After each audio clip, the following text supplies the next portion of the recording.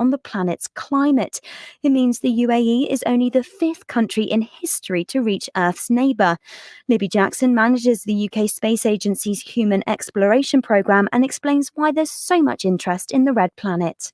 Mars was in the past very similar to Earth. And if we can understand Mars better, how it's evolved, how its climate has changed, we will understand how planets work. And that will help us understand our own planet much more. The National Grid's been fined £4 million for faults in hundreds of high-rise buildings. A judge says the energy company put residents at risk because of serious and systemic failings. Manchester United's first leg of their Europa League last 32 tie against Real Sociedad will take place in Italy instead of Spain. It's because the Spanish government's put in strict coronavirus restrictions. The first of the FA Cup fifth round tie kicks off in the next hour with Burnley hosting Bournemouth. That's the latest. I'm Georgina. This is Revive FM 94.0. Reviving communities. The views expressed on this program do not necessarily represent those of Revive FM or its management. Hello there, everybody. My name is Tom Hutchinson. You are locked into Revive FM 94.0. Now, you might notice that the studio is a little bit emptier than it normally is this week. Unfortunately, Henry is not going to be here on the show. He is feeling a little bit under the weather. So, Henry, we miss you, mate. Get well soon. Hopefully, we'll have you back in for next week. But we can keep this on, can't we? We can keep this juggernaut going for as long as we can without him. And well, we're all going to start off with a guest. Now, you might remember her from a little show that we did in the middle of last year. Now, her name is Caroline Killick. She is for Redbridge from Education, and let's get her on the air now. Hello, Caroline. Can you hear us? Hello, Tom. Yes, I can hear you. It's great to have you back on the show again. Now, we've got you on today because you are campaigning about the use of laptops for homeschooling for the children of Redbridge. So, why exactly are these so urgent? I mean, do we not have enough sort of laptops at the moment to go around from the government? Yeah. So. We've had lots of government bandied about, and there certainly have been some laptops delivered. But it doesn't seem like there are nearly enough to meet the need of children who don't have any devices to access their schoolwork. So there's a huge gap there, yes. And do we know roughly sort of how short of a number that we, or like how short the number is, what the shortfall is, I should say, if I can get my words out right? Okay, yeah, that's overall. In estimated that we are short of at least 7,000 devices. I'd like to add that is probably a conservative estimate based on the schools that answered with the numbers of children are unable to currently connect to their schoolwork online. So, yeah, we've got at least 7,000 children without access to internet. And I mean, was this sort of going on from when we had the original lockdown, sort of last year? Did we have the shortage then, or has this just sort of come along since at the end of last year with lockdown and into this year, or is it always sort of been there? So that's a really good question. Basically, it looks like that shortage has always been there, and we were first alerted to it by a parent in Redbridge who wrote to us to tell us about her concern that her particular primary school had no learning at all because of the amount of children that didn't have in school. So going on for nearly a year now, that's quite a long time. And obviously, in the 3 months that children could go back to school between September and December,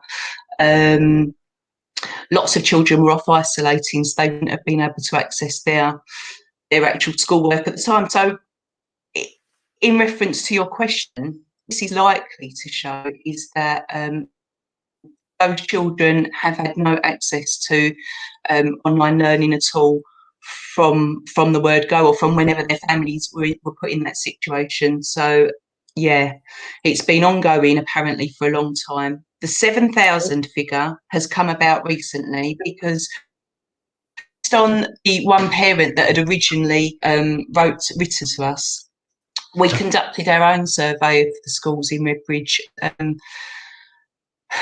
The responses really were quite heartbreaking.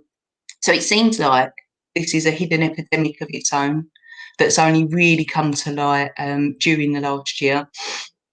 And previous to that, many of us had assumed that everybody had broadband internet, as we discussed previously on the show. So, yeah.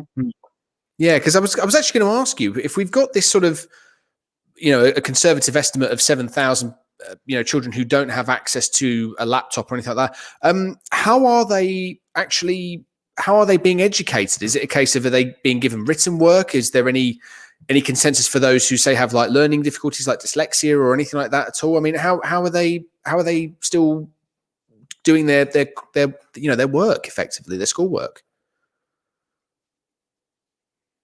Okay, so it looks like from the surveys that we have done, it's like some children are not doing schoolwork at all as a direct result of not having devices or broadband internet connection at home. It looks like there are a great number of children who are actually accessing on parents' phones. And the problem, I think, has sort of been exacerbated during this lockdown, really, whereby all children are supposed to be learning online. They're supposed to be inspecting the school on their online learning. Now, we've got a lot of parents off at the moment, and they may have access to a device themselves, but they're being expected less. So children with families with multiple children are actually finding quite often that they've got no extra device for the children to access. The range of difficulties is quite wide, depends largely on the circumstances at home. Yeah, really difficult situations, very difficult situations indeed for people. Whereas previously, I believe during the first lockdown, a lot of schools had decided us to sort of post work online. Some of the schools are handing out accessories to be able to enable children to do some online learning. And it appears those with special educational needs seem to have received little or no in the main to enable some work at home. Yeah, I mean, it's a real worry, isn't it? Because I mean, obviously, we were just hearing on the news at the top of the hour there that they might be considering sort of extending sort of school times for the catch up and things like that. But if some children, like you say, haven't got access to the laptops or any way to actually submit their schoolwork, I mean, doing a couple of extra hours probably isn't really going to make much of a difference, really. But I also want to ask as well, with regards to yourself at Redbridge for Education, are you working with anyone to try and sort of get this, try and rectify this, or to bring it to the attention of the government? Yeah, well, we're working with a few different groups at the moment. We've been very, very lucky because we've got quite a few groups in our area supportive of the cause at the moment. So we've been working with our local MP, we've been working with our local COVID-19 mutual aid group and the GMB union, and we've had some fantastic donations as well. So we've been able to actually buy 16 laptops so far for children to 3 different schools. So that's fantastic. We are largely reliant on the generosity of the public. We've actually got a Just Giving page at the moment, 38 pins into our target of £5,000. So yeah, I mean, we've been working with some fantastic people, and they have given us totally their full support, which is really what we need at a time like this, Tom. We need all hands on board. We need everybody on deck for this, because aside from obvious food poverty crisis that's going on with a lot of children at the moment, I believe that this is the next most important thing that really needs. Yeah, I mean, education is so important. I completely agree with you on that one. I was actually going to mention that you've got the Just Giving page, so I'm going to share that on my social media. So I'll have a little bit of a reach, so I'll give that a little shout out as well. I'll see if I can get the station manager to put that on the Revive FM social medias as well. I did want to ask actually, because obviously if people would like to donate, if they've got any sort of computers or anything like that at all, is there any sort of like minimum requirement? Do they need a certain type of software? Can it be Mac? Can it be Windows? Can it be like Linux? Or, is there any sort of minimum hardware requirements or anything like that at all if someone wants to donate? A few questions, Tom. So is the launch of our drive to collecting and refurbish old devices, and currently we have no requirements whatsoever. We are accepting any device that anybody wants to donate to. We can refurbish them and hand them out to the schools, because lots of people have got lots of devices sitting in cupboards. They might have a couple of keys missing, might not turn on properly, etc. But we can absolutely make use of absolutely any device that could be handled. So we welcome all donations at the moment to help us achieve our cause. Brilliant. Yeah, I mean, I'm just trying to actually think myself if I've got any sort of lying around. I think the only one I have is like an old Windows laptop, and it's got a Mac operating system on it. So I don't know how good it would be, but if I can, if it's going to be any good, I'll see if I can try and get in touch and donate it over to you guys. The other thing I was also going to ask as well, and I don't know if it's a route that you've either looked down or anything like that, but other sort of government departments, like for example, I know my dad, who's currently working from home, he's safeguarding for Suffolk Council, and even before he had to work from home, he was given a laptop sort of out of hours and things like that, and he will have, it was like Windows 7 or Windows 10 or, Windows Vista if they really wanted to save some money. And then they would be handed back and given back to a new model. Is there any way that any of those from government departments could then be collected and reused? Have any of your partners sort of considered down that route or looked down that route? Yeah, absolutely. So we've actually been in contact with the local council, who are also fundraising calls, but they're not actually, as far as I know, collecting devices, but they are actually looking into reusing some of their devices in the same way that your dad would have been given a device by his employer. Currently underway, as far as I know. But for us, we will be wiping the devices completely and installing new software on them. So anything like that, Macs, Windows 7, anything that you might want to pass along to us will be greatly appreciated. And any businesses that have anything lying about that is no longer in use or that they might be replacing soon, please contact us, because there's a group effort that we're going to be able to overcome this and actually reach anything near the numbers that we need to. Brilliant. And is it just laptops that you're looking for? Would things like, say, Chromebooks or even like tablets or old desktops, are they going to be, or is it specifically just like laptops that you're looking for?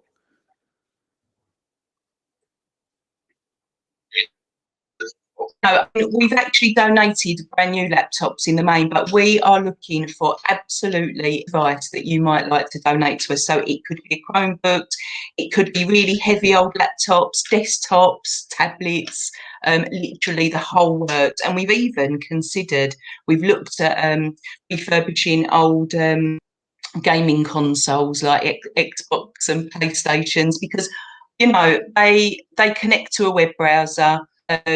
Utilise those. We're absolutely willing to use the device we can to get the children online. Brilliant. And there was actually one thing as well that my station manager wanted to ask. Obviously, you're refurbishing the ones that you have, and you're sort of updating the systems and things like that. If someone, let's say, manages to find a computer of their own, let's say they'll look on an auction site or a garage type website or a marketplace website, are they able to say use their own? Is there a specific software that needs to go on or anything like that, just in case there is any issues with getting in touch with they say don't meet the criteria or anything like that at all? Getting in touch. Sorry, I don't really understand the question that you were asking me. Sorry, Tom. It was just in case there was, like, say, someone, my station manager was asking, is there specific softwares that are needed, or anything like that at all that they would require to either be suitable, or if someone wanted to help, to help them, put the programs on themselves to help you out. Is there anything in particular that is needed? Well, it's really interesting. We found a way to computers that we don't have to have Windows for. So if people want to contact us and discuss that, that's absolutely fine. It seems like a lot of the secondary schools like to take that so we've pretty on to be able to do that. Get them in on wiped already, then we ask this guy to check them over and make sure that all previous information has completely been taken off. So if anybody wants to contact us to discuss software or what might or might not be suitable, then we're completely open to those conversations. Brilliant. And I was actually going to ask you as well, because we're going to have to go to a break in a moment to start. But if people did want to get in touch, or they had any laptops or wanted to donate to your Just Giving page, is there, what the socials that we can give out?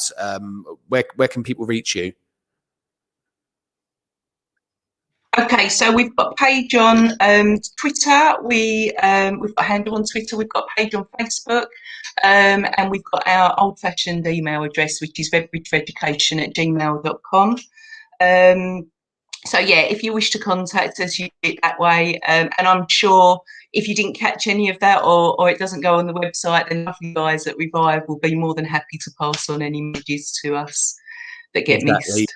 I can see that. I can see the nod from the station manager already. He's giving us a nod to say we'll do that. But obviously, and our streams are going to be going up on YouTube and Facebook as well. So if you want to catch up on the show later on, YouTube is going to be on there, and I'll also give it a bit of a mention as well on my Facebook, and I'll see if I can try and do it on my Twitter as well, because I think it's a great cause, and obviously we need to make sure that children are not going to be held back or have any issues because of this pandemic. So I think that, if we can get as much of it out as we can, then, I'll certainly do my bit. I know the guys here at the station would certainly pass it on as well. So yeah, hopefully we can get that sorted for you.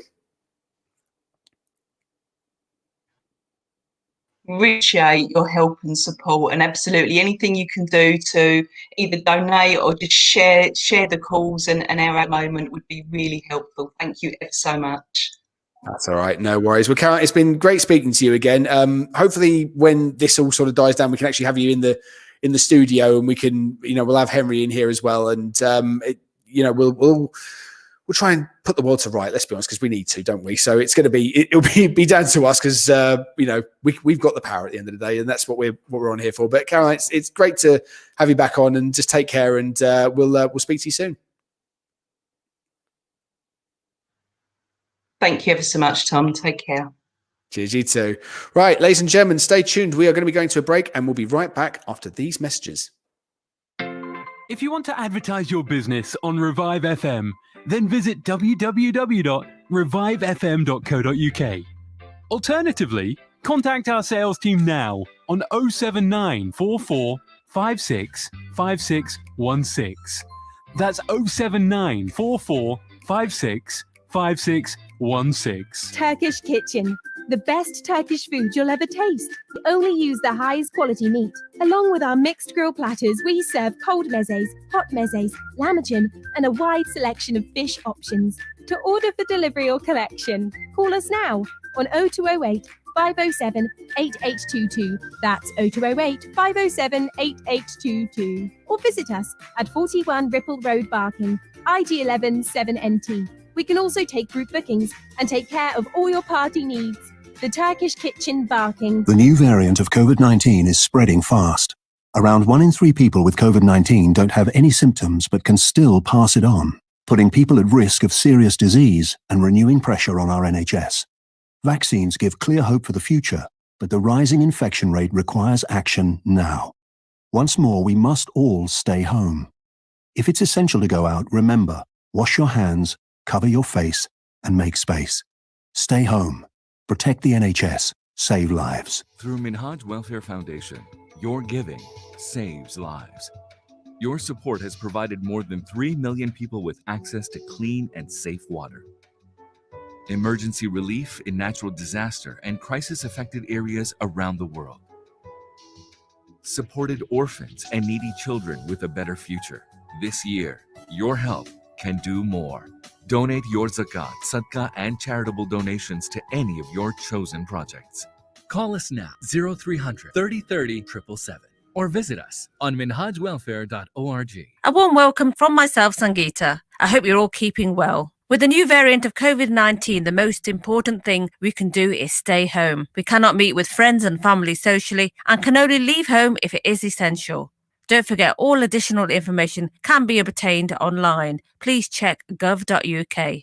In these unprecedented times, it's important that we look after our mental health and well-being. So we'll hear now from Dr. Sonakshi Khurana, a GP at the Kingfisher Berkeley Medical Practice in Walsall, about keeping a healthy mind at home. Thank you, Sangeeta ji, for inviting me to speak to your listeners. Indeed, the most important mantra we need to keep repeating, stay at home. This will ensure everyone's safety. This means you cannot leave your home to socially meet with anyone you do not live with or anyone who is not in your support bubble. Dr. Khurana, can we get clarification on who qualifies to be in your support bubble? Yes, Sangeeta ji, it's really important to check the criteria online. The public should know that they can only be part of one bubble and not everyone can form a 2-household support bubble. I'd also like to point out during this time that the NHS is still very much open and ready to help you. So please keep your NHS appointments or call 111 if you need any medical treatment. Now, it's true to say, Dr. Khurana, we all want to take good care of our physical and mental well-being. Can you advise how we can do this, especially whilst national restrictions are in place? I would firstly suggest that it's really good to have a routine so that you're balancing your work and family life and getting a good night's sleep.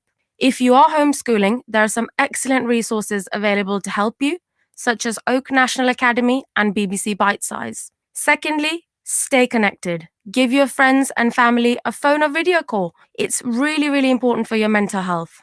And thirdly, remember that it's good to talk about how you're feeling.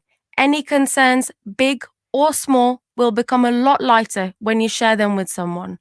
Talk openly with your children to give them support and reassurance about their education and other matters. And a final point, we should all continue with regular physical exercise and eating healthily. Dr. Khurana, thank you very much for advising our listeners today.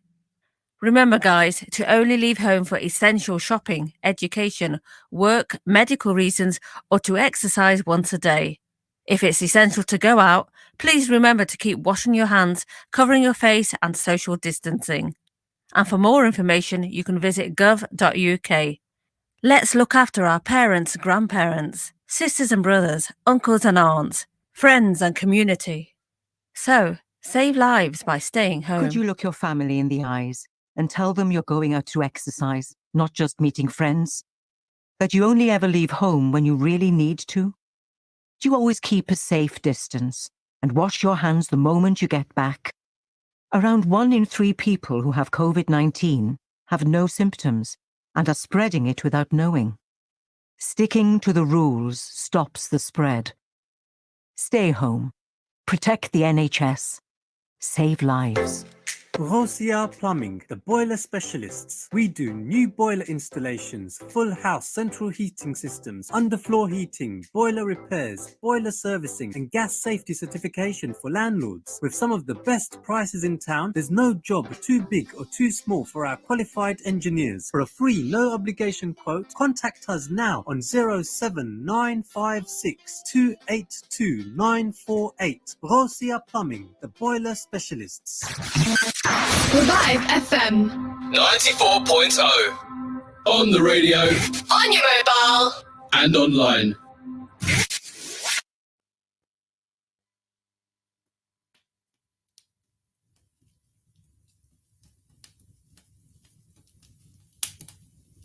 Oh, hi there. Welcome back to Revive FM 94.0. It's okay, come on in. Close that door because you're letting the draft in. And settle around the fire. And let's have a nice little chat. Only joking. I haven't really got a fire in here. Just thought I'd give you a bit of theatre of the mind. Welcome back to Scott and Hutch. My name is Tom Hutchinson. Unfortunately, Henry is not here today. He is a little bit under the weather. So, Henry, I wish you well, mate. And I'll be brutally honest with you. I wish you were here because it's not the same without you. I must be honest. I miss playing our games of Ikea or cheese or, read my lips and things like that and higher or lower. But I tell you what, I want to start this part of the show. Well, I want to kick off this part of the show with kicking off. So you may remember last week we had the terrible news that Captain Sir Tom Moore unfortunately passed away at the age of 100 due to contracting, I should say, coronavirus. Not the way I think someone like that deserves to go out, and especially after raising £32 million for the NHS. And uniting a nation and dare I say it, becoming a sort of a male version of Dame Vera Lynn in sort of uniting us all and trying to keep us all positive. And it was a real shame. And when me and Henry heard the news, we were quite upset about that. And I just had this little bit of a brainwave which I wanted to share on air. And we've actually got a little clip of that right here. So hopefully this will play. Can I make a suggestion? And this can be shared, retweeted, do whatever you want with it. How about either this Thursday or next Tuesday, we go out and we do a minute's round of applause for Captain Tom Moore? How about that? Yes, that would be really nice. If anyone can hear this, or if anyone's watching us now on YouTube or Facebook or anything like that. Do you know what? Let me tweet it right now. I think that's a great idea. Yeah, can we share that? Let's do a minute's round of... Let's make some noise for Captain Tom Moore. Right. And then what happened? Later on the next day, Boris nicked our idea. Now, I'm not saying that myself and Henry are influencing the government here, but I mean, let's be honest, I was a little bit miffed at that because there was no recognition. There was no fact that, we've got two great broadcasters on Revive FM saying that we should clap for Captain Tom. And, he nicked our idea. It's inexcusable, Boris. It's inexcusable. But honestly, I am really happy that he got that little send off. I actually went out on I actually went out on a run that evening, and because I'll be honest with you, where I live, I didn't think anyone was going to do it. They haven't done the clap for key workers or anything like that since it came back. And I'll be honest with you. It was lovely the first time we did it. Don't get me wrong. I think that key workers, not just the NHS, but I think teachers, broadcasters as well, doctors, NHS, firefighters, police. I mean, grey area with that one, but go with me. To go out and actually put their lives on the line every single day to keep this country running, I think deserves more than just a round of applause. And obviously we've got the news that in the new financial year, taxes are going to go up. We're all going to be paying more on the pound to cover not just the vaccine rollout, which I've got to say, I think it's actually going all right at the minute, isn't it? I think we finally got the hang of something for a change. But not just the vaccine rollout, but also for the cost of furlough as well, because that costs £1.5 billion every day to pay everybody's wages. So there's that to consider. But do you know what I would actually quite happily pay for? And obviously we're getting all this stuff anyway. We need to have the vaccine rollout. We need to have a furlough system in place. I would quite happily pay a little bit more on my taxes to make sure that anybody registered as a key worker, i.e. the NHS, i.e. doctors, i.e. the police, gets a decent pay rise off the back of this. Because it's nice showing our appreciation by going out and giving a round of applause. Well, that's nice, but let's be honest with you, it's not going to pay mortgages and bills, is it? And especially when the demand for food banks are really high at the moment. As we just had with Caroline on earlier on, that there are some people who are struggling to educate their children at the minute because they don't have the necessary technical equipment to get online. So I would quite happily pay a couple of extra pence on every pound that I make or every pound that I earn to make sure that these key workers get the respect they deserve. And I think that would be quite nice. I mean, I don't know if you agree on that. Obviously, we'd love to get your comments. We are live on Facebook and YouTube at the moment, so you can search for Revive FM UK. You can also call the studio or WhatsApp us on 0333 444 0940. That is 0333 444 0940. Now, we have coming up at 6 o'clock tonight. We've got Jason Strelitz back in online, I should say, not back in the studio, because unfortunately we can't do that at the minute. So he is going to be updating us with COVID Clinic. Obviously, we'll go through the updates as they come in. We've had the new figures come out, which I believe, if I've got here, we have 1,052 confirmed deaths in the last 24 hours.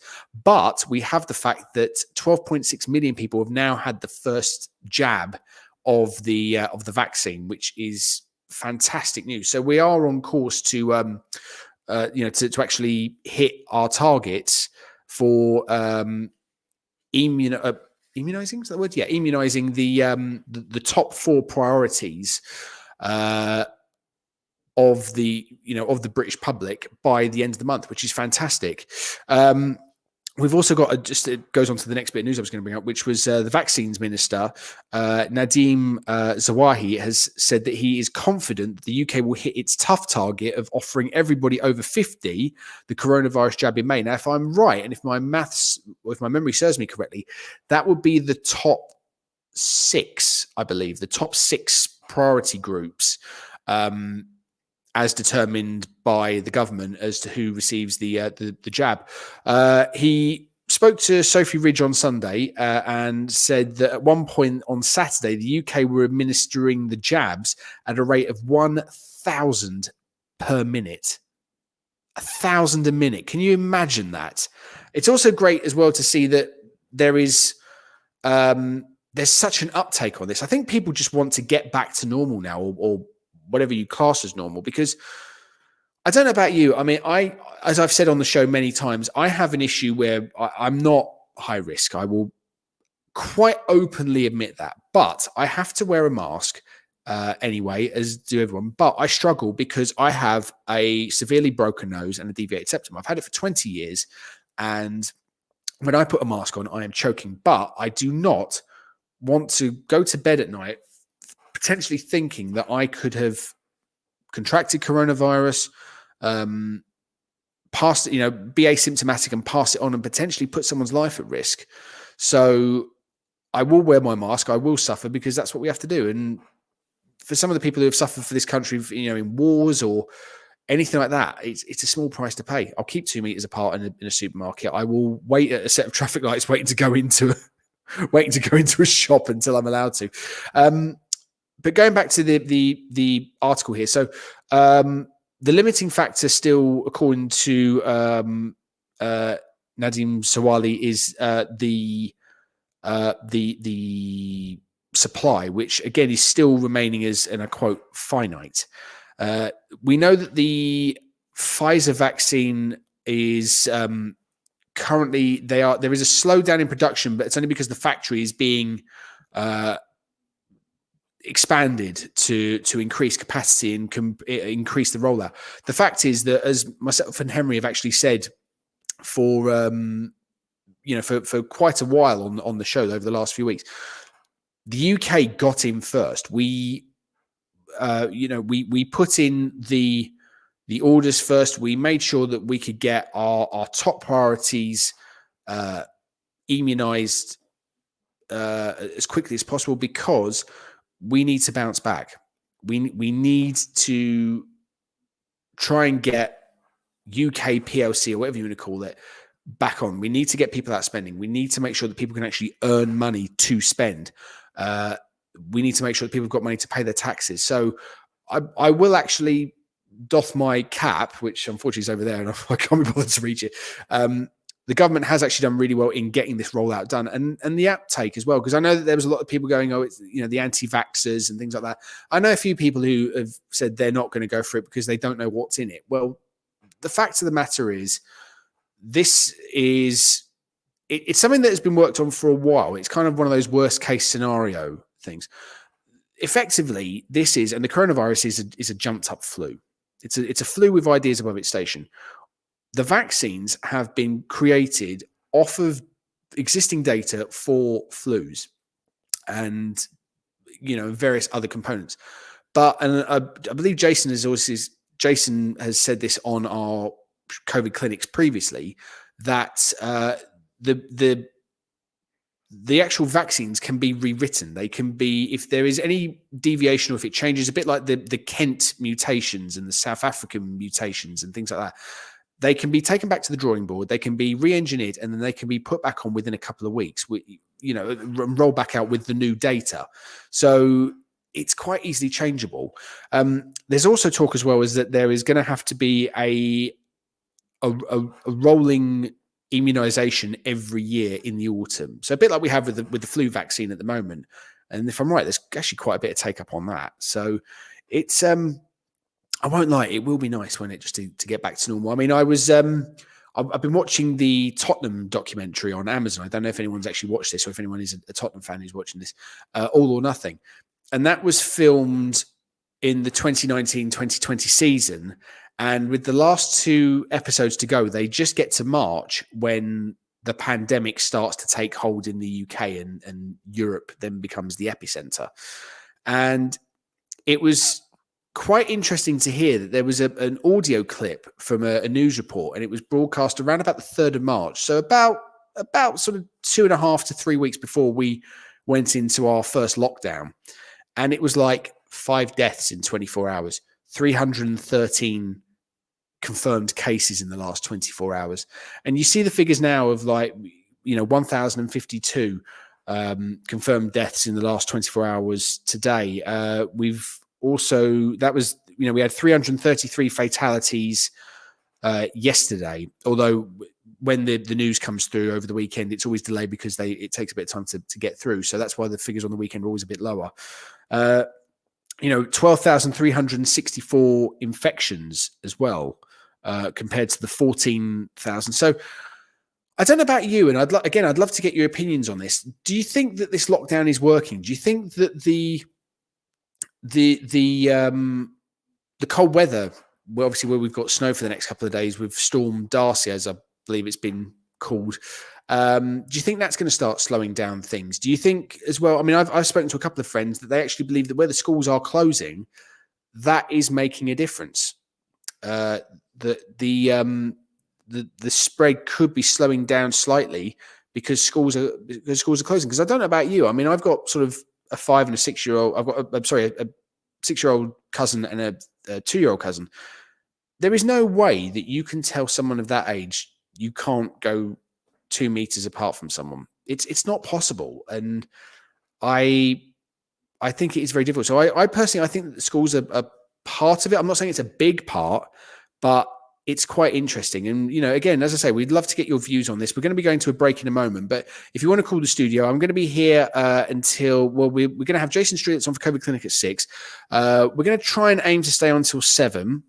But we might be wrapping up a little bit early. Obviously, we'll keep you informed on that. But our number, if you want to call in, is 0333 444 0940. That is 0333 444 0940. You can WhatsApp us on that number as well if you don't feel like you want to come on air and speak live. You can also leave us a message on Facebook and YouTube by searching Revive FM UK. But I'm going to pay the bills, so stay right there and we'll be right back. Could you look a bus driver in the eyes and tell them your journey is essential? That the thing you think you need to go into the office for from home? Do you always keep a safe distance and wear your face covering over your mouth and nose? The more often you go out, the more likely you are to come into contact with COVID-19. Are you sure you need to travel today? Stay home. Protect the NHS. Save lives. This is Aisha. Her father died in an accident at a very young age. She lives with her mother and siblings. There are millions like Aisha who do not have access to the very basics of life, resulting in her and many others not being able to attend school. Through Minhaj Welfare Foundation, your charity is dedicated towards supporting the full needs of orphans and needy children around the world. Donate today. Call us now, 0300 30 30 777, or visit us on minhajwelfare.org. Amigos, the signature name when it comes to burgers and shakes. Our succulent burgers are prepared in front of you while you wait. Whether you go for our 6-ounce Mexican or our 10-ounce Texan, or you decide to go for our messy fries or our buffalo wings, one thing you're guaranteed is quality. Dine in with your friends and family at 400 Cranbrook Road, Gants Hill, or order in on Uber Eats, Just Eat or Deliveroo. Amigos, hats off to great burgers. Kebabish Original, one of the biggest names in the restaurant trade. Visit your local KO to experience the thrill of the grill and the most authentic Pakistani cuisine. From our kebabs to our curries and from our mixed platters to our peri-peri, our chefs prepare your food in front of you while you wait. KO is now offering franchise opportunities. To take advantage of our proven and successful business model, contact us on 0208 446 7779 or visit kebabishoriginal.co.uk. Thinking about selling or letting your home? With Maxwell Estates, you don't need to look any further. Well established with over 15 years of experience, Maxwell Estates are specialists in residential sales and lettings. We manage over 200 properties in and around Northwest London, keeping our landlords and tenants updated with all the latest laws and legislations. Based in Edgware, our experienced specialist negotiators always ensure we maximize the full potential of your property. Call us now on 0208 952 0808 for a free no obligation quotation, or visit our website www.maxwellestates.co.uk for further information. Maxwell Estates, the name you can trust. The new variant of COVID-19 is spreading fast. Around 1 in 3 people with COVID-19 don't have any symptoms but can still pass it on, putting people at risk of serious disease and renewing pressure on our NHS. Vaccines give clear hope for the future, but the rising infection rate requires action now. Once more, we must all stay home. If it's essential to go out, remember, wash your hands, cover your face, and make space. Stay home. Protect the NHS. Save lives. If you want to advertise your business on Revive FM, then visit www.revivefm.co.uk. Alternatively, contact our sales team now on 079 44 56 5616. That's 079 44 56 5616. Revive FM 94.0. On the radio. on your mobile. And online. Hello there, everybody. Welcome back to Revive FM 94.0. My name is Tom Hutchinson, and as in case you haven't actually been listening in, well, that's your fault. But unfortunately, Mr. Henry Scott is not in the studio today. He's not feeling 100%. So, Henry, we do miss you, mate. And it's actually quite weird because when we do the show, Henry sits right across from me. So obviously we're socially distant to make sure that if we've come into contact with someone or anything like that, we minimize our chance of coming in. Obviously, when we're in the studio, we limit our contact, we wash our hands, we do everything that we can. We sanitize everything, all the switches, the buttons, the dials, everything that happens on here. But as I say, we don't think Henry has got that, but he's just having a rest and just making sure that he's okay, because times like this, we can't risk anything happening to us or to the station or anything like that. So Henry, as much as I miss you, mate, you're doing the right thing, and we look forward just to having you back, really, mate. So hopefully it won't be too long. But speaking of having people back, so there's been the whole argument and campaign of people escaping lockdown to go to glamorous destinations and effectively treat it as a holiday. And some people are saying it's for work, and it's the influencers and things like that. So there's been the argument that we need to do more at the borders to try and actually combat these strains that are coming into the UK. I think we've now got, and we'll speak to Jason just after 6 on COVID Clinic with regards to a new Bristol variant, which is a offshoot of the Kent variant. Just having a look at this during the break. So, and this is going to be something which is a cause for concern at the moment. But obviously, I don't know the full information on that, so we will get that information as soon as we can. But Matt Hancock has now introduced, starting from Monday, the brand new quarantine rules from those arriving from the red list, as they're called. So UK and Irish residents who are returning from the 33 red list countries will have to pay £1,750 to quarantine for 10 days in a government set up hotel. So as part of the new quarantine system, which is due to come into force this coming Monday, the government has booked 4,600 rooms across 16 hotels for those arriving from certain countries.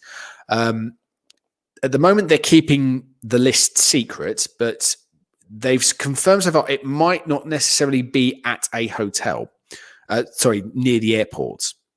So passengers will have to book through an online platform before their travel, with the £1,750 fee also including the cost of COVID tests and travel between the airport and their hotel. Passengers will only be allowed to enter the UK through a small number of ports that currently account for the vast majority of passenger arrivals. When they arrive, they'll be escorted to the designated hotel, which will be closed to guests who aren't quarantining for 10 days or longer if they test positive for the virus during their stay. So the countries currently on the red list, I've got them here. It's South America, large parts of Southern Africa, Portugal, and the UAE, which obviously includes Dubai, where quite a few people have been out at the moment. The Health Secretary has said that those placed in hotel quarantine will need to remain in their rooms and will not be allowed to mix with other guests. They also added that a visible security presence will be in place to ensure compliance alongside the necessary support. There is also, for those who are thinking of maybe doing a bit of a Steve McQueen and doing a great escape or starting to dig a tunnel with a spoon, if you are found to be either refusing or you break out of one of these hotels, you can either get a fine or potentially up to 10 years in prison. So the government is taking this pretty seriously, which is quite interesting. So basically, Mr. Hancock has also warned that anyone who tries to conceal that they've been in the country on a red list for 10 days beforehand, again, as I just said, would face a prison sentence of 10 years. He's also said that those arriving from all the countries would be required now to take a COVID test on days 2 and 8 after their arrival in the country. So this is how it's going to work now. You've got to book if you're traveling back from one of these red zone countries. So you've got things like Angola, Argentina, Bolivia, Botswana, Brazil, Cape Verde, Chile, Colombia, the Democratic Republic of Congo, Ecuador, Zimbabwe, the United Arab Emirates, Tanzania, South Africa, Peru, Venezuela, Zambia, Zimbabwe, French Guiana. There's quite a few countries on that list. The way it's going to work is you now have to submit a COVID test that is negative 3 days before you leave that country. Then when you're back in the country, you've already got to have your hotel set up and the amount paid. You then have to do a COVID test whilst you're in that hotel on days 2 and then on day 8. And if you fail, then you're staying in that hotel for longer. Now, I can see why the government's doing it. Obviously, we need to try and figure out why these strains are coming into the country when, how they're getting in the first place, because we've got things like the South African variant coming into the country, and people have caught it even though they've not traveled. So I've been trying to sort of work this out with my friends and family on sort of Zoom calls and things like that, and asking how is it happening. And we've all sort of come to the assumption, we're almost thinking what's happened quite a lot is that people have been ordering things more. So maybe there is something along the lines of like a production line, or people have been going into a supermarket and picked up something that's come either from, sorry, I'll just get this little wire in here. There we go. From or in South Africa or around that area. So it is a real worry. But hopefully we with the vaccine rollout now and people hopefully taking the social distancing rules to heart, it's going to make a difference. So only time will tell. But as I say, we've got Jason Strelitz from Public Health England coming in or on the show in about 10 minutes time. So if you've got any questions with regards to the new restrictions or testing, any queries at all about vaccinations, or if you've not received your vaccination yet and you believe you're one of the top priority groups, you can give us a call on 0333 444 0940. You can WhatsApp us on the same number as well, 0333 444 0940.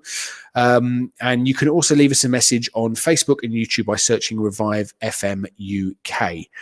But as we're coming to the end of the first hour of this slightly shorter Scott and Hutch show, we're going to play a bit of a tune. Now, I want to dedicate this, as I was saying earlier on, about key workers and everyone who's being absolute stars. And I think also to Captain Sir Tom Moore as well. We've clapped for them. We've donated to them.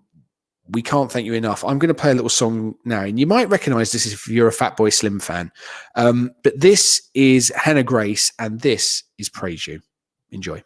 We've come a long, long way together, through the hard times and the good. I have to celebrate you, baby. I have to praise you like I should. We've come a long, long way together, through the hard times and the good. I have to celebrate you, baby.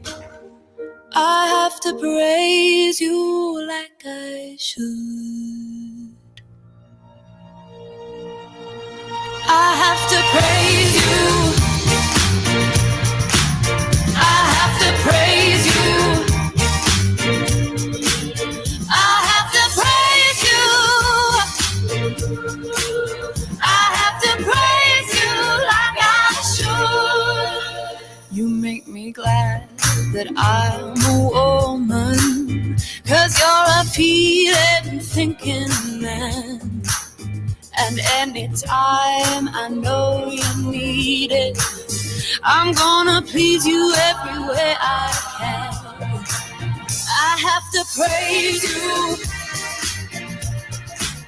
I have to praise you. I have to praise you. I have to praise you like I should. You're so so fine. I'm so glad you're mine. You're so rare, so fine. I'm so glad you're mine. You're so rare, so fine. I'm so glad you're mine. I have to praise you.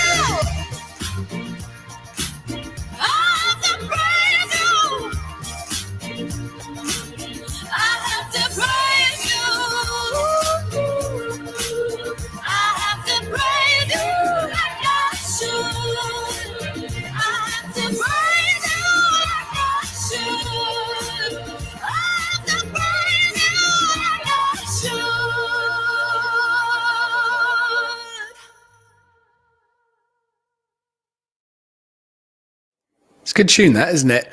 Right, ladies and gentlemen, stay tuned because we are going to have Jason Strelitz coming on the show in a couple of minutes' time. You are listening to Scott and Hutch, minus the Scott. My name is Tom Hutchinson, and we'll be right back after this. Minhaj welfare foundation में आपका अतिया जिंदगी की उम्मीद आपकी मदद से मुमकिन हुआ।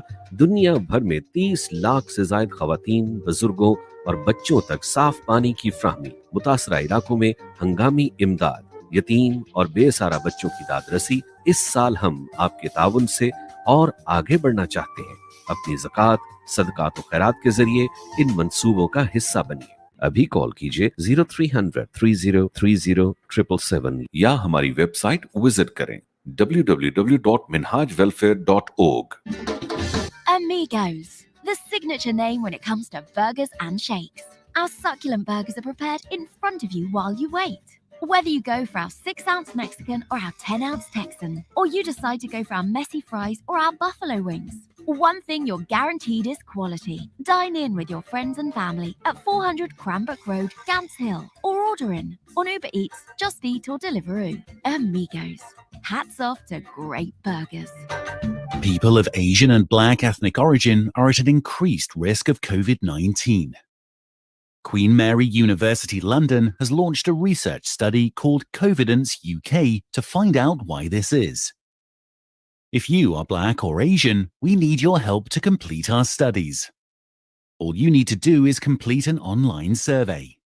Please help us to understand the coronavirus disease so we can develop tools to prevent it.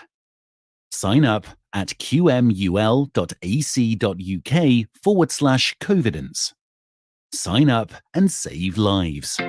If you want to advertise your business on Revive FM, then visit www.revivefm.co.uk. Alternatively, contact our sales team now on 079 44 56 5616. That's 079 44 56 5616. Could you look your family in the eyes and tell them you're going out to exercise, not just meeting friends? That you only ever leave home when you really need to? Do you always keep a safe distance and wash your hands the moment you get back? Around 1 in 3 people who have COVID-19 have no symptoms and are spreading it without knowing. Sticking to the rules stops the spread. Stay home. Protect the NHS. Save lives. The new variant of COVID-19 is spreading fast. Around 1 in 3 people with COVID-19 don't have any symptoms but can still pass it on, putting people at risk of serious disease and renewing pressure on our NHS. Vaccines give clear hope for the future, but the rising infection rate requires action now. Once more, we must all stay home. If it's essential to go out, remember, wash your hands, cover your face, and make space. Stay home.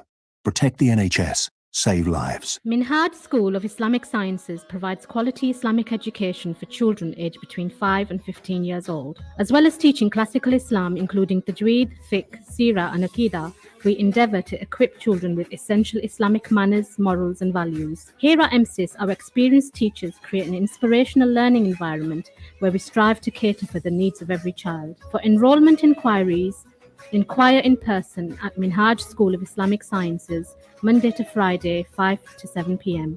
at 292-296 Romford Road, or email admin.edu_london@minhajuk.org. Revive FM 94.0. On the radio. on your mobile. And online. Medina, Medina, Medina to Nabi, Medina, Medina, Medina to Nabi.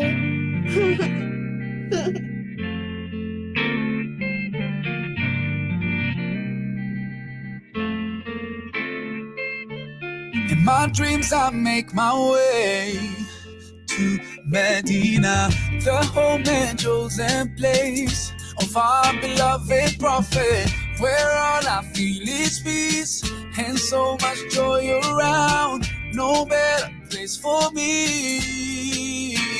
Yeah, Medina, Medina. This is Revive FM 94.0 with the latest news from around the world. From the Sky News Centre at 6, people forced to stay in so-called quarantine hotels on their return to the UK will face a £1,700 bill. The government wants to tackle coronavirus variants coming into the UK, but Professor Andrew Hayward, who advises the government on new threats, says we've also got variants forming here. I think it's important to realise that these new variants can arise in any part of the world. And I think that's one of the challenges in quarantine systems, in that it's very hard to predict which countries the next new variant is going to come from. From Monday, anyone arriving into Scotland by air will be required to enter managed quarantine. 12,364 new cases of coronavirus have been identified in the UK in 24 hours, the smallest number reported since November. Another 1,000 people have died with COVID-19. A team of international experts say it's extremely unlikely the pandemic began as a result of a laboratory incident in China. Investigators from the World Health Organization are in the city of Wuhan and say it's most likely the virus jumped to humans from another species. Donald Trump's historic second impeachment trial is getting underway in the US Senate this evening. The former president's charged with inciting last month's deadly storming of the Capitol building. Members will first debate whether it's legal to try him after he's left office. Chuck Schumer, who leads the Democrats in the Senate, is promising there'll be new evidence against Mr. Trump. When you have such a serious charge, sweeping it under the rug will not bring unity. It will keep the sore open, the wounds open. You need truth and accountability. Bournemouth have taken a 1-0 lead at Burnley in their FA Cup fifth-round tie. Later, 12-time winners Manchester United host their former manager David Moyes as his West Ham team travel to Old Trafford. And Princess Eugenie has given birth to her first child with husband Jack Brooksbank. Buckingham Palace says the Queen's granddaughter welcomed a son. Her Majesty and Prince Philip are delighted with the news. That's the latest. I'm Georgina Campbell. This is Revive FM 94.0. Reviving communities. The views expressed on this program do not necessarily represent those of Revive FM or its management. Hello there. You are listening to Revive FM 94.0. My name is Tom Hutchinson. It is the second hour of Scott and Hutch. We're going to have a slightly shorter show today because, unfortunately, if you haven't realised, in case you've not been listening to us today, Henry is not very well, so he's having a nice, well-earned break. So, Henry, we miss you, mate, but we have Jason here. We are going to be. I sounded really bad. Didn't mean it like that. I mean, we have Jason here. Sorry, it sounded like I was going. Oh, we've got Jason here. Oh, that's a substitute. No, we love the fact you're coming on, mate. We're so happy to have you back on. We've got Jason Streets from Public Health England here. We are going to be talking about the latest updates on the lovely coronavirus. Jason, how have you been? We didn't have you on the show last week. Have you been keeping? Not too bad. Small point, but I'm actually not from Public Health England. I'm from the London Borough of Newham. I work beg in your the public. pardon. They gave us the wrong information when you first came on. I'm so sorry. I do apologise. That's quite all right. That's quite be all right. rectified from next week. So we've got the new sort of, we just had the updates coming in as well. We've got sort of 12 million people have just been vaccinated. We've had just over another 1,000 deaths today, or in the last 24 hours. Do you think this sort of lockdown is working? The figures that you're seeing are you noticing any sort of tailing off or any dip in fatalities? Absolutely. It's having a massive impact, and everyone's making huge sacrifices in this lockdown, but it really is working. Let me put it in some numbers for you. We peaked in the first week of January. That was the highest point for this second wave for us in Newham, and in that week there were 5,500 people tested positive. Wow. In the last week, that's come down every day since then. That's come down. In the last week, about 750 people tested positive. Oh, wow. So huge reduction. And it's not because people are testing less. We're still huge numbers of people are going for tests, both when they've got symptoms or at our community asymptomatic testing sites. Thousands and thousands are getting tested. Again, at that point, there was that peak. Well over 35% of people, over 1 in 3 people who went for a test were testing positive. Wow, now it's fewer than under 1 in 10. So yeah, it really is working. And And what we know from the last lockdown is that the first thing to come down is cases. The next thing to come down is people going into hospital, and that's starting to come down significantly. The next thing to come down is people in serious situation in our intensive care. And sadly, the last thing to come down, the biggest lag, is the death rate. So while we are seeing rates across the country coming down massively, we will still continue to sadly see a lot of announcement of deaths for a while yet, because that takes the longest to come down. But absolutely, the key message is that it is working, and it will, as long as we remain in this situation, I don't see why the numbers won't continue to go down and down every day. Yeah, because we keep hearing sort of rumblings about, is lockdown going to be eased? Will restrictions come down in March? I mean, have you heard anything yet coming, like filtering down from above, that this might be the case, or are we just going to be keeping in the same sort of lockdown situation that we're currently in at the moment? So I don't know. I mean, there's government have announced that potential for schools to go back from the second week of March. So that's the only kind of breadcrumb that we have. That's still a few weeks away. So hopefully by that point, rates really will be quite low. Maybe not quite as low as they were when we came out of lockdown 1, where rates in East London were incredibly low. There were very, very few cases at that point, but hopefully rates will be quite low by then. Yeah, because I was also thinking the other day. I mean, I know we're supposed to be staying at home anyway, but even just like doing trips to go do your weekly food shop, I think where the weather's taken a bit of a turn, hopefully it's going to make some people sort of think, do I really have to go out and just do that drive, or that little trip to the shops, or just put it off a little bit? I mean, I actually went out today to try and do my weekly food shop, and it was like, I mean, it was going out in a blizzard, but it was ridiculous. And trying to get up on where I live on a bit of a hill, it was a nightmare. But I mean, we're hearing all these other things as well about these, like these new variants, like the Kent variant and the South African variant. I think I read something as well during one of the breaks about a potential Bristol variant. Now, is this something like a third variant that we should be concerned about, or is this? Well, I don't know about that one specifically, but there will continue to be variants. Viruses mutate. That's what they do. But I think for everyone listening, we absolutely collectively need to be concerned about them, but none of them change the actual actions, the steps that we need to do. They don't change they don't change what we do. The wave we've been through was a result of the variant. It was a result of the Kent variant. We were in, I think I've discussed with you before that we were in a much better situation before that. But none of these variants change the core measures, the core things around social distancing, around covering our faces when we're out and about, washing hands.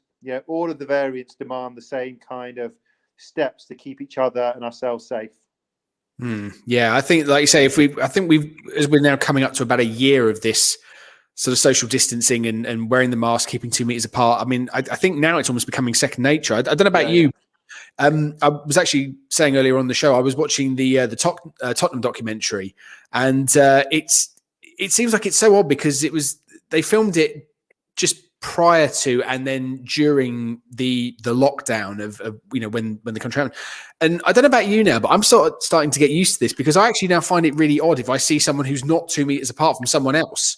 Yeah, and it's I mean, that's a bit of a worrying factor. The other thing that I was also going to ask as well is that by the sounds of it, the government is going to hit its target of trying to vaccinate the top 4 priorities before, I think it's the end of February. If someone hasn't received their letter, or they feel like they might have missed it, is there any way that they can get in touch, or if they think they've sort of missed the boat or anything like that? Absolutely. So if anyone is over the age of 70 or clinically extremely vulnerable, actually now they can just go on the national booking website and they can book a vaccine appointment. at one of the centres, or they can get in touch with their GP. But they can just go on the website and book. So that is, the government announced that as of yesterday, that is open for those people in those eligible groups just to go. If they've not heard or they haven't had an appointment for whatever reason, they can just go and make an appointment. And there are appointments there. So, you know, a lot of people, you know, I think, you know, in Newham, you know, nearly close to around 30,000 people have been vaccinated, which is fantastic. And that's, you know, that's going to start now having a really significant impact on how this epidemic unfolds.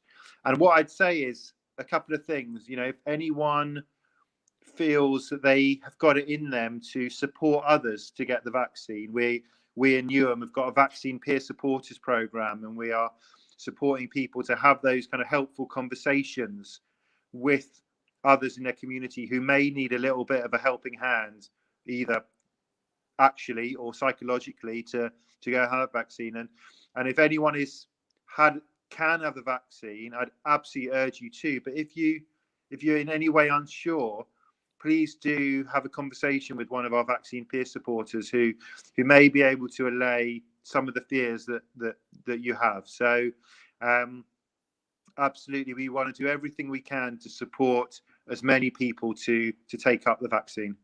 Yeah, because I think that's the worrying thing, is when you see people who you know, there's this sort of anti-vaccine sort of movement that's trying to sort of take hold, and I don't quite get the mentality of it personally. I just think, do you like living like this? Do you like sort of constantly worrying? I mean, I've got about 4 or 5 really close friends who have actually contracted it. I mean, touch wood, a couple of them are just coming off the back end of it now, and some have already passed. But I don't quite get sort of, I mean, have you had any sort of like comments or anything like that from like anti-vaxxers or anyone like that to say, you know, I'm not having it because of X, Y, and Z? Or what's and what I'd say is there are people who are very committed, you know, very strongly feeling anti-vaxxers, as they're called. But there are a lot of other people who are a bit unsure. And I understand that, you know, these things have been developed fast, and you know, there's histories and cultures and experiences that different people have that that maybe makes them not trust so easily some of what, you know, the governments are saying around what's safe. And what I'd say is, you know, I don't judge that at all, but I'll do everything I can to share the evidence that makes me think that these vaccines are absolutely, you know, we can be as confident about their safety as is reasonably possible. And, you know, and all the evidence suggests, not just from the trials now, millions and millions of people around the UK and around the world have had these vaccines now. And their safety record is really, really good. Really, really, really good. So, you know, I don't judge people who are a bit unsure, you know, but I do everything I can to share with you the evidence that makes me feel confident about these vaccines, and I think should make them feel confident. Yeah, I think so. Because I mean, you know, we heard the sort of the stories at the start of a couple of people that had a reaction to it, but it seems to have sort of, for lack of a better term, it seems to have sort of quietened down or died down a little bit now, which I think is, you know, is really good. There's also the talk about sort of the next target after the government hits this one of inoculating the top 4 priorities, and then we're looking at, I believe, is it May time to get everyone sort of over 50? That's the sort of the next. That's what government is saying. Yeah. So, and for those who are sort of wanting, let's say, like for those of us who are, you know, in our 30s, our 40s, things like that, I know obviously we'll be towards the end of the pile. Is there a rough time frame or anything like that at all that's been, you know, to say like when we might be getting the vaccine for those who aren't? I think it will be rolling out into the kind of late summer. In all likelihood. Okay. Yeah. But I mean, I think 2 things really. One is, you know, obviously those of us who are a bit younger are absolutely at very, very low risk of becoming seriously unwell from COVID. And that's why we are, you know, right at the end of the prioritization. The other thing is that as more people are vaccinated, one hopes that the general risk for all of us will go down because the circulation of COVID will go down as well. So the vaccines, they number one thing is that they stop severe disease, but they also stop transmission of disease, transmission of the infection. So we'll all become less at risk as the vaccine program progresses, even if we've not yet received our vaccine. Right.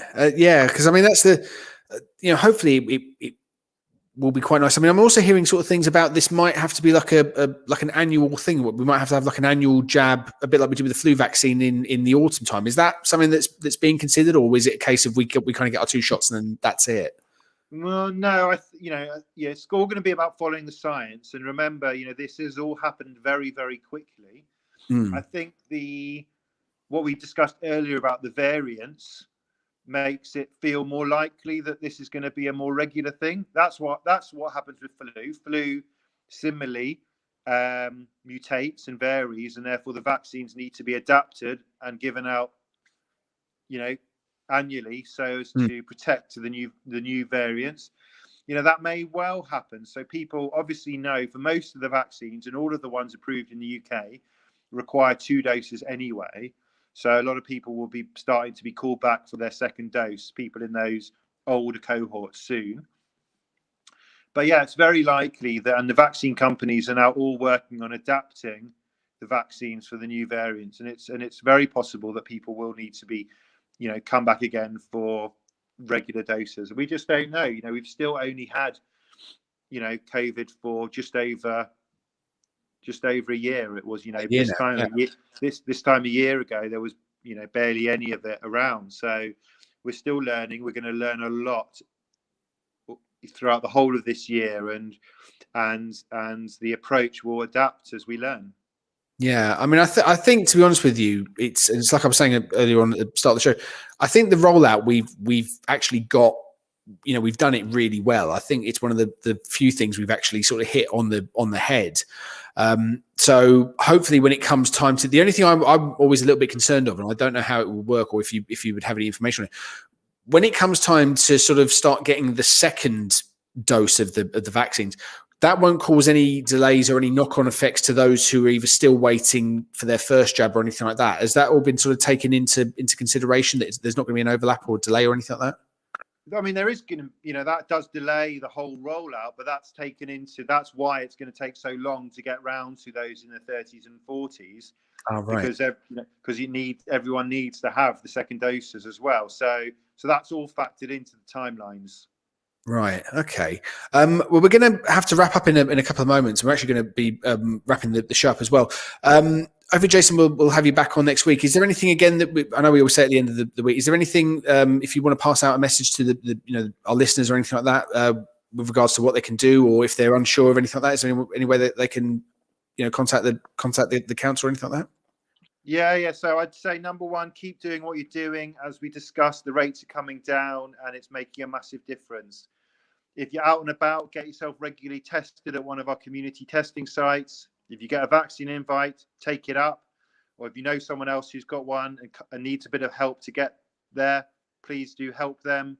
And if you need any more information, there's loads of information on the Newham Council website, on our coronavirus COVID-19 pages, how to get support to isolate, information in different languages if you want to be sharing it, becoming part of our COVID health champion so you can help get the messages out across the community. There's loads of information, loads of ways you can get involved in helping. And we really just want to thank everyone for doing everything they're doing to help the community get through this. Brilliant. Well, Jason, as always, it's great to speak to you, mate. Hopefully we'll have you back on the show next week if you're up for it as well. Yeah. So thanks again for coming on. Likewise, mate. Right, ladies and gentlemen, that is going to be it. I am going to be handing the reins over. So we will see you next week. Stay tuned to Revive FM. Hopefully we will have Henry back on the show next week as well. But stay tuned because we've got loads of other great shows coming up after this. Bye-bye. See you next week. Stay safe. If you want to advertise your business on Revive FM, then visit www.revivefm.co.uk. Alternatively, contact our sales team now on 07944 56 5616. That's 07944 56 5616. People of Asian and